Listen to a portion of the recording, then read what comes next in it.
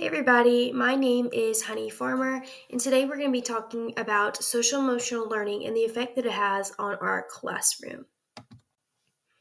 So, on our agenda, we have social emotional learning. Why is it a challenge? Learning environments, opposition to social emotional learning, benefits and professional development, as well as implementation and success. So, first thing we need to do is define exactly what social emotional learning is. So, social emotional learning is skills such as self awareness, self control, and interpersonal abilities. So, these are fundamentals for their success, not only in school, not only at work, but just life in general. All right, so first I want to start off with where did it come from? So it started in the 1960s, and Castle, one of the main researchers that I was looking into, talked about the principles of social emotional learning are present in every caring, collaborative relationship and live in partnerships between schools, families, and throughout history. But again, the formalization of this field began with Castle. Excuse me. So, who started it? Dr. James Comer. In 1968, Dr. James Comer and his colleagues in Yale University's Child Study Center began a program to put their ideas in supporting the whole child into practice in two schools in New Haven, Connecticut. So, this is where it started. And it is noted that people also called this the missing piece in education. Another challenge we know what it is. Social emotional learning. So first off, one of the biggest challenges is post-pandemic. So I have seen an increased struggle with social adjustment and many others that an increased interest in social emotional learning. The pandemic has made it students struggle with social adjustment post-pandemic. Many students are struggling with social adjustment as well as the emotional regulation students are having a hard time caused by the pandemic caused to their learning. As Pathera points out, there's now an increased interest in social emotional learning as educators recognize the challenges students face in adjusting back to a normal school life. And in addition to that, we have to think about the students that are younger that didn't have that socialization before they came into school. They didn't know how to interact with their peers. They didn't know how to share. We know what it is. And this is something I have seen. So first off, one of the biggest challenges is post. All right, so first off, one of the main things is they're missing the initial instruction. So, due to behavior, students are missing instruction, whether it's being by the other student distracting them, or if it's in their own behavior and getting removed from the classroom. So, Day, Connor, and McClellan, some more researchers that I was looking into are quoted saying, in addition to classroom environments, there are also a number of child characteristics that impact literacy achievement and academic success, such as incoming experience with literacy, language, and behavioral regulation skills. So while reading their paper, it is noted many, many times that the challenges for that their emotions and not being able to regulate their emotions is a challenge for students and their literacy. So specifically kindergarten and special education, this is where I come in. This is where I know what I've seen and the things I've done. So with kindergarten, my kindergartners were born right before the pandemic started, and they did not get the same socialization of those before them. This is such a wide range of skills that they need. So I see firsthand how their emotion regulation suffered due to the limited social interaction during that pandemic. And then according to Jones and Doolittle, social emotional learning is not only essential for emotional growth, but it also contributes to long-term success, school, college, and their future earnings. So again, something that they should have learned before coming into kindergarten, just being able to share with each other. That was something I definitely saw that they were having issues with.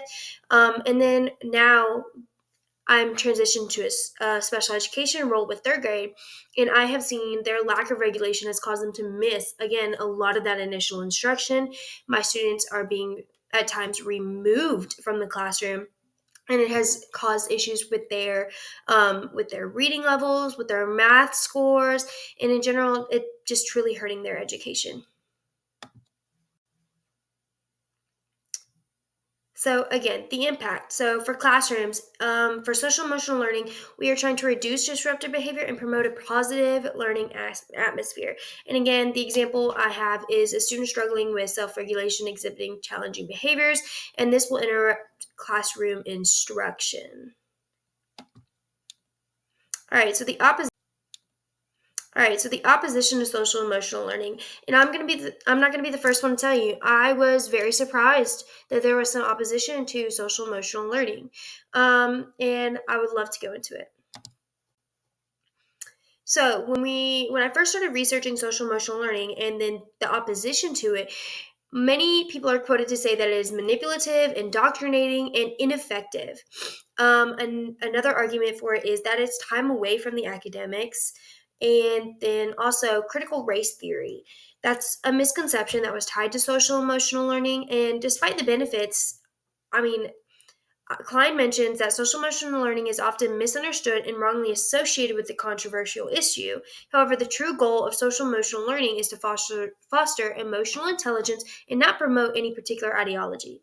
So, this is just, again, a misconception that is tied to critical race theory. All right, so the academics.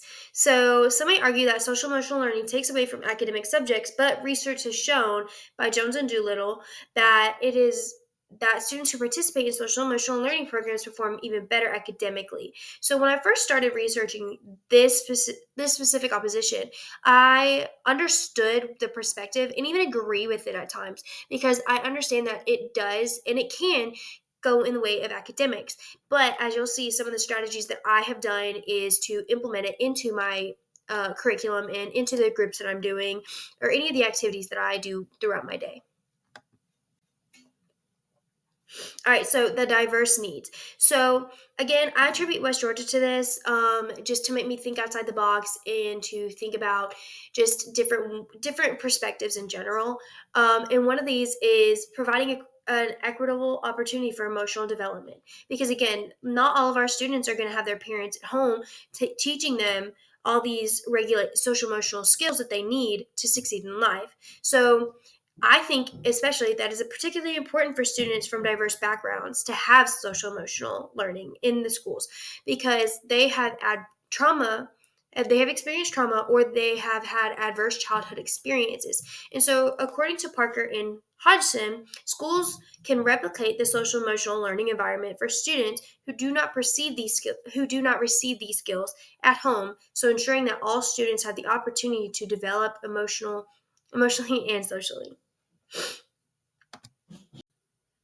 All right, so professional development. So according to Zara Abrams, more than 40% of educators do not receive the necessary professional development to effectively teach social emotional skills, such as professional development days or week, that can undermine the effectiveness of social emotional learning. So my teaching, this is the things that I use, this is things that I like to teach. So the lessons that I use are mindset lessons, and they encourage students with empathy and understanding. One of the more recent ones that I just went over with my kids is put yourself in somebody else's shoes, and like see it from their view, see it from their perspective. And then we talked about a whole plethora of different scenarios, being like, well, put yourself in somebody else's shoes. What do you think that they felt? What do you think that they did? And again, this can go with acting out. This can go with just reading in general. But truly, my kids really loved this activity. And it helps build the strong connections, not only with each other, but also with me and them as well. And then it also creates a positive classroom environment based on the respect that students can have for each other, and they're more likely to support each other when they think about their emotions as well. So my students also, one of the takeaways that I found was that they were able to focus on tasks longer, and they're also able to manage their stress and their anxiety. All right, so implementing social emotional learning. So these are some of the things that I did that I felt worked a little bit better with my kids. So Calm Down Corner. I have one, and I tell everybody that they need to have one, because my students have honestly learned how to use that as a tool to help themselves. So in my Calm Down Corner, I have these color-coded posters for emotions. So like red is for anger and frustration, and then yellow is for like nervous, frantic, any of those kind of emotions, and then blue for like sad. And then in addition to not only those posters, but I also have posters that they get to pick how they want to calm down, how they want to approach whatever is going on. So sometimes my students pick to take a break. Some other times my students choose to have a dragon breath exercise, which is just one of those breathing exercises that they think is hilarious. And then sometimes they just want to do the reflection sheet. And sometimes they get to color a little bit on it and then also write whatever's going on. So integration, like I said previously. So I like to do social emotional stories. You can find those on TPT, and I use those during my reading groups. So my students are lower level readers, and so I was able to find plenty within their reading level. And in addition to that, my school follows a social emotional learning guide, and I am the PBIS rep for my grade, so I am able to show them what we should be doing and showing them how we should be teaching those lessons as well. And those lessons are, again, once a week. And so far, the impact I have seen is improved emotional regulation and classroom behavior. My students are not being pulled out as much, and my students are receiving that initial instruction. All right, so again, my success with this. So one, I have reduced the number of white reminders or office referrals that my students have received this year. Coming into this year, I was told that my students were all on behavior intervention plans, and my students were not able to really be successful in their homerooms. However, I have seen that my students are acting better. They are able to stay in their classroom longer, and honestly, they have had a significant decrease in their office referrals this year. And also, my students all have behavior data that I have to put in daily, and my students' behavior data has improved. Most of them have met their IEP goal of having 80% or higher for a positive behavior goal.